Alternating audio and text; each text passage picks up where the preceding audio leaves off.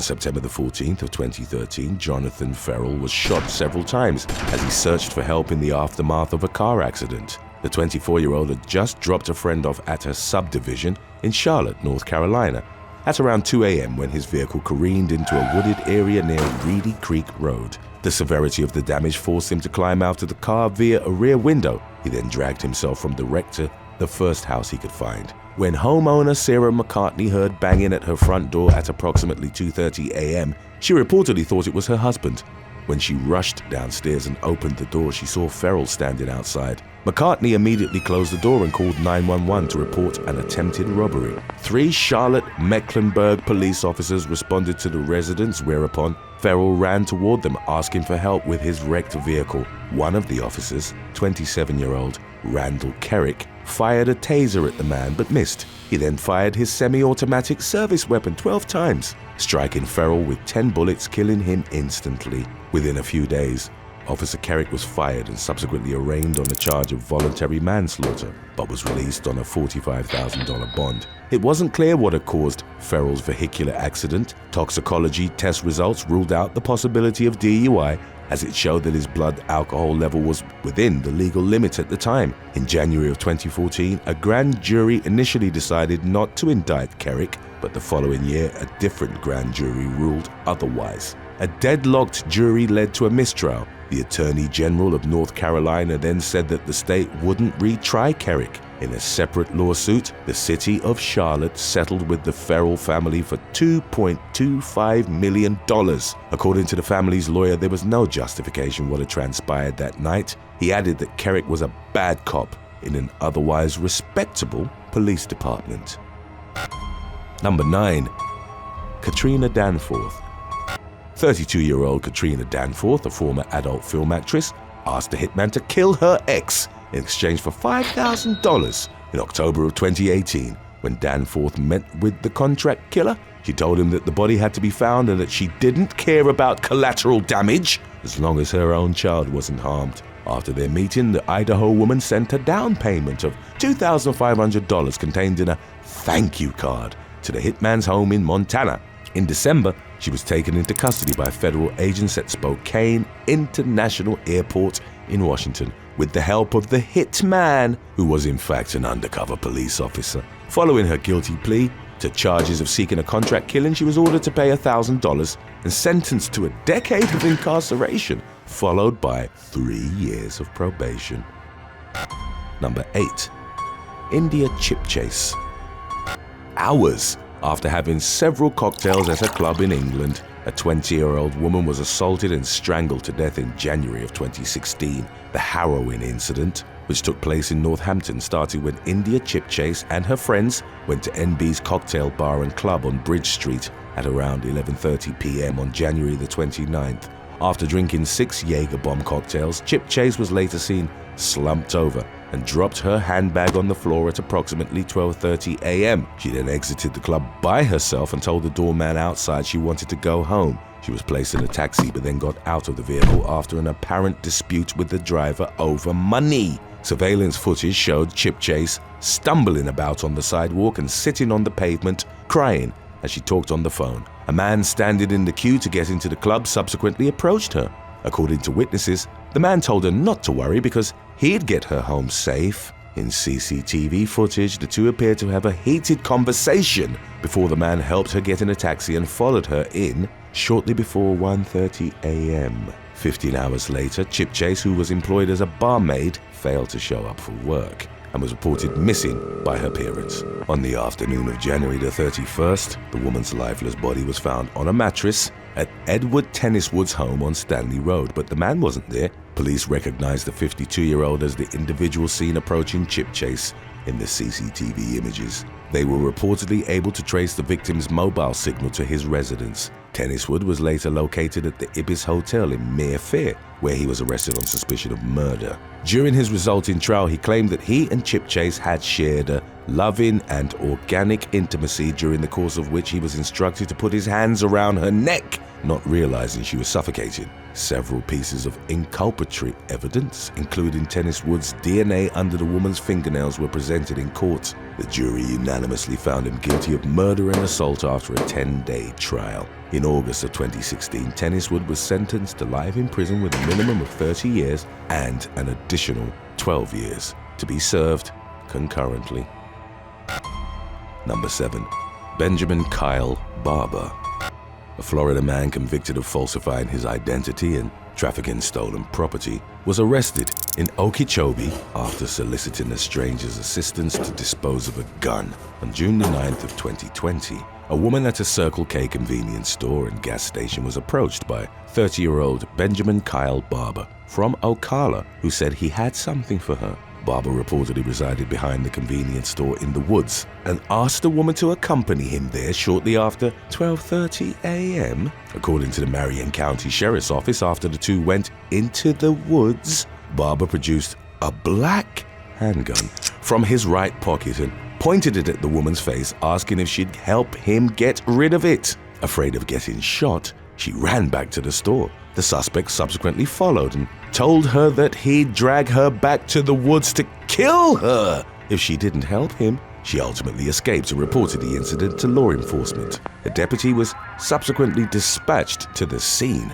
The officer found Barber, who identified himself as a convict, and confirmed that he was at the store with the weapon. He claimed the weapon in his possession was a black BB gun he carried for protection. He denied ever threatening anyone, claiming he'd only asked the woman to assist him with disposing of the gun. The weapon was later recovered by the deputy. After the man's criminal record was confirmed, he was arrested and booked into the Marion County Jail on charges of aggravated assault with a deadly weapon and possession of a weapon by a convicted felon. He was held on a $5,000 bond.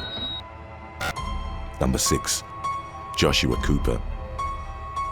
Near the end of autumn in 2022, a Pennsylvania teen was charged as an adult after he allegedly killed a young girl, then sought assistance in covering up the crime. The gruesome incident, which took place in the residential suburb of Bensalem, unfolded after 16-year-old Joshua Cooper called an acquaintance via Instagram on November the 25th of 2022, saying he'd just killed someone. According to a statement from local police, Cooper showed the feet and legs of someone covered in blood during the video call.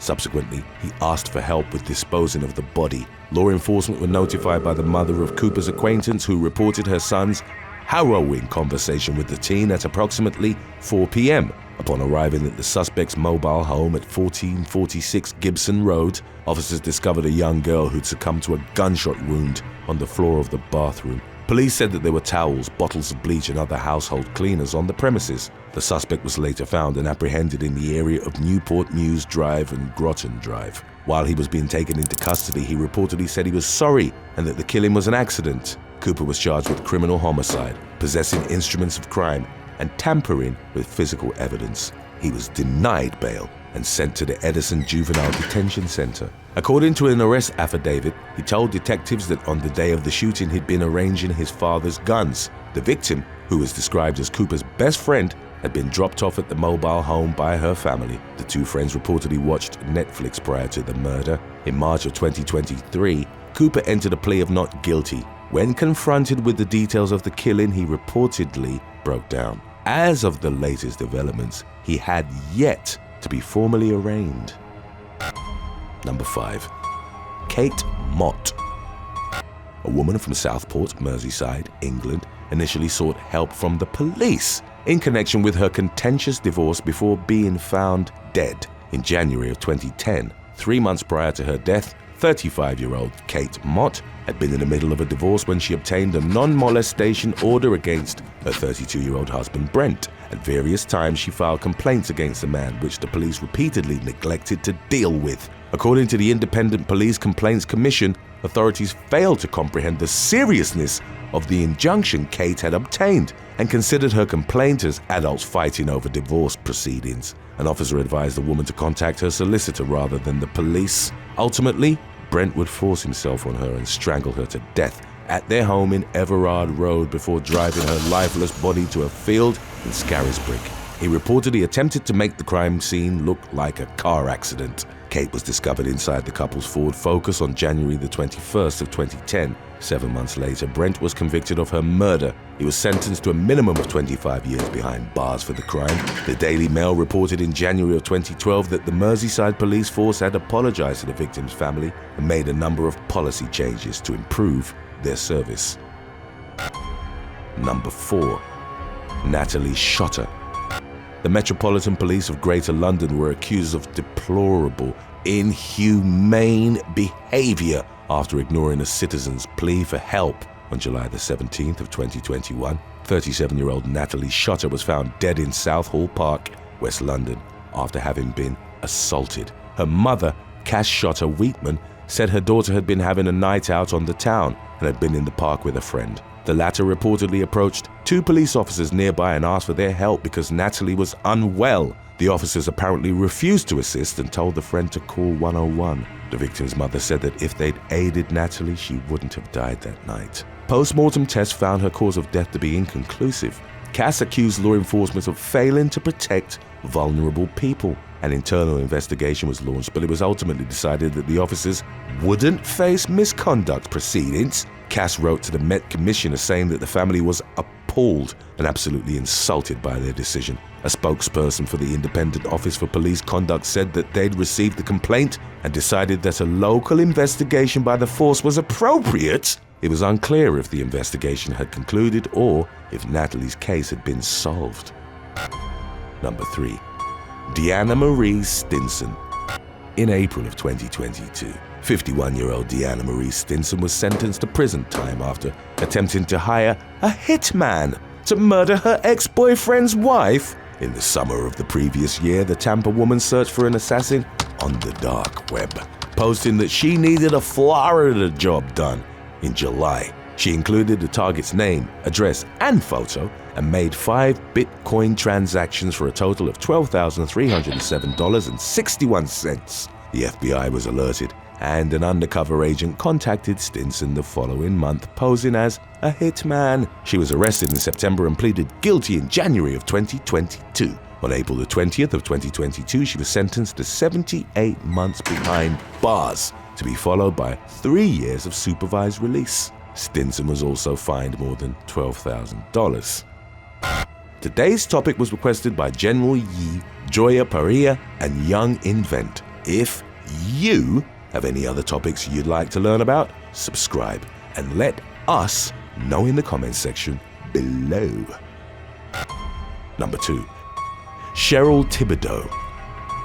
In September of 2021, a professional killer's services were sought by a Texas woman who wanted a member of her family dead. According to the Rusk County Sheriff, an undercover officer made contact with 42-year-old Cheryl Thibodeau of Henderson before she could find an actual hitman. On October the 4th, the woman was apprehended after law enforcement reportedly had enough probable cause to warrant her arrest. It was unclear what Thibodeau's motive for the contract killing was. She was charged with criminal solicitation for capital murder and booked into the county jail on a $100,000 bond. She faced the possibility of spending up to 99 years in prison for the crime.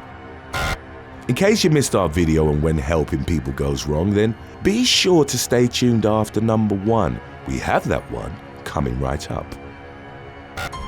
Number 1. Georgia hotel guest. An inebriated hotel guest who was visiting a friend in Georgia requested help from the front desk attendant after getting locked out of her room on December the 3rd of 2022. The woman, who was described as highly intoxicated, realized she was locked out after her friend had already left the hotel. As she was on her way down to the lobby to ask for assistance, she urinated on herself in the elevator. Upon arriving at the front desk, she told the employee what had transpired and asked for help. Shortly before 2:10 a.m., the attendant told her to follow him to the office so she could clean up first. In footage captured by the hotel security cameras, the two were seen leaving the frame before coming back 20 minutes later. According to a report by WSB-TV, the woman was only wearing a shirt and her underwear as she was sitting in a chair and putting her pants back on. She then followed the man out of the hotel and across the parking lot. The employee didn't come back. while the woman returned to the lobby and called 911. She was then taken to a hospital to be examined. Another hotel staff member identified the front desk attendant as 31-year-old Jermaine Oswald Sue Tim to the police. 2 days later, Sue Tim was taken into custody and booked at the Coweta County Jail on charges of assault and kidnapping. Number 9. Charles Kinsey. On July the 18th of 2016, 47-year-old mental health therapist Charles Kinsey was scouring the streets of North Miami, Florida, trying to retrieve an autistic patient, 27-year-old Arnoldo Rios Soto, who'd run away from his group home. After finding Rios Soto, Kinsey was trying to calm him down when they were approached by police officers, responding to reports of a man threatening to shoot himself in the same area. Officers ordered the peer to lie on the ground, a command with which Kinsey complied, but his patient did not. While lying on his back with his arms raised, the mental health therapist was trying to convince his patient to follow orders. As soon as he saw police officers pointing their guns at them, he began explaining that the other man was autistic and playing with a toy truck, making it clear they were both unarmed. However, moments later, Officer Jonathan Aleda fired 3 times, hitting Kinsey in the leg. After the incident, the mental health therapist claimed that police turned him on his back and handcuffed him, leaving him to bleed on the street for 20 minutes until an ambulance came. Following his recovery, Kinsey, along with Rios Soto, both sued the North Miami Police Department. Aleda claimed to have been aiming his gun at the latter because he thought he was armed. He was convicted in 2019 during his second trial on 1 count of culpable negligence related to the shooting. Number 8. Javan Matthews. On August the 18th of 2021, Javan Matthews was at a corner store in York, Pennsylvania, when a man entered the shop with a gun in his hands and demanded money from the cashier. Matthews reportedly thought a prank was being played out. The moment he heard 1 gunshot, he realized there was a robbery going on, and even though he was putting himself at risk, decided to help. He tried to fight off the attacker and punched him once in an attempt to leave him unconscious. As he fell to the ground, the robber shot 6 times at Matthews, hitting him in the thigh and leaving him with 3 gunshot wounds. In spite of being hit, Matthews began wrestling the perpetrator, ultimately managing to push his gun away and hold him down long enough for police officers to get to the scene and arrest him. The suspect was identified as 47-year-old Marcial Serrano, and he was charged with 2 counts of attempted homicide, robbery, 2 counts of aggravated assault, and illegal firearms possession. In the incident's aftermath, Javan Matthews was treated for his wounds, which weren't deemed life-threatening. Number 7. Javier Yanez. In the evening of September the 9th of 2019, Javier Yanez, aged 31, was at his home in St. Paul, Minnesota. Yanez, his wife Kayla, and their 4 children were getting ready for bed when they heard the sound of multiple cars crashing outside their house. As Yanez went outside to try and assist the people involved in the accident, his wife remained inside the home and called 911. Only moments later, she heard gunshots and saw her husband fall to the ground. She was still on the phone with the dispatcher when she realized he'd been shot, so she pleaded for help to be sent to their address. When officers arrived, they found Yanez dead at the scene from a gunshot wound to the head. A subsequent investigation revealed he had been shot by 27-year-old Lionel Kejon Eaton, who'd been driving one of the 4 vehicles involved in the crash, and who'd been taken into custody at the time. Eaton was charged with 2nd and 3rd degree murder, but in January of 2020, he was found incompetent to stand trial due to mental illness. Number 6. Juliana Ramos. On the night of February the 10th of 2021, shortly after midnight, 26-year-old nurse Juliana Ramos was driving along with her 4-month-old baby on Highway 99 near Fresno, California. As she was traveling, Ramos noticed a car crash and pulled over to tend to a victim hurt in the collision. She stopped in the center divider next to one of the cars and got out to help the injured driver, leaving her baby inside her vehicle. Within moments, a red SUV drove between the 2 vehicles and plowed into Ramos. The woman was knocked to the ground and later succumbed to her injuries. The driver stopped and stepped out briefly, only to get back on the road and speed away. Following the accident, police checked surveillance footage and began searching for the SUV in an attempt to find the hit-and-run driver. After an 8-month-long investigation, officers received an anonymous tip leading them to Dr. James Komatsi, a 68-year-old cardiologist at Adventist Health Hospital in Sonora. The caller also shared information about his missing SUV. Komatsi was detained and charged with felony hit and run and vehicular manslaughter. Number 5. Katherine Jenkins.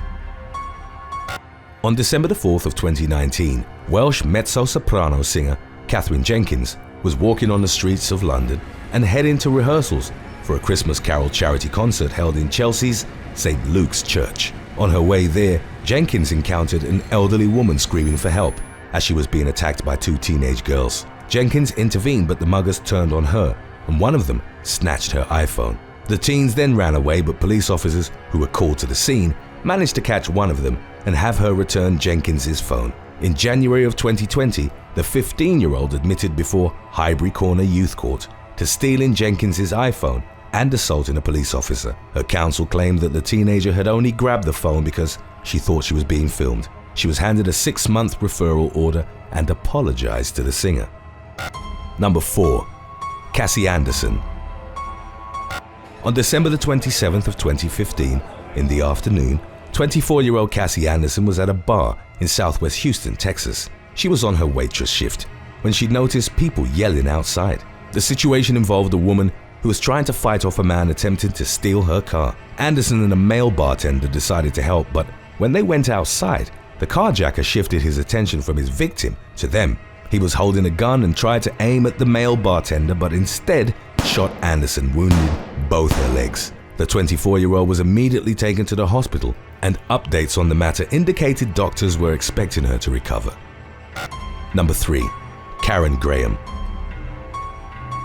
On August the 29th of 2020, 54-year-old Karen Graham and a few of her friends were visiting Fort Morgan, Alabama, as part of a girls' trip. They were on the beach when they heard someone calling for help in the water. Graham and about 20 other people quickly formed a human chain, holding hands in order to reach 2 young women who'd been struggling against the current. Graham was at the front of the line when the chain fell apart because of the powerful waves. The water currents tossed her around and she ended up swallowing a lot of water. A man on the beach used a paddleboard to return Graham to the beach, and an air ambulance flew her to the hospital. Unfortunately, by the time that medical staff could attempt to save her life, the woman had suffered a heart attack from the salt buildup. Number 2. Sarah Fallows.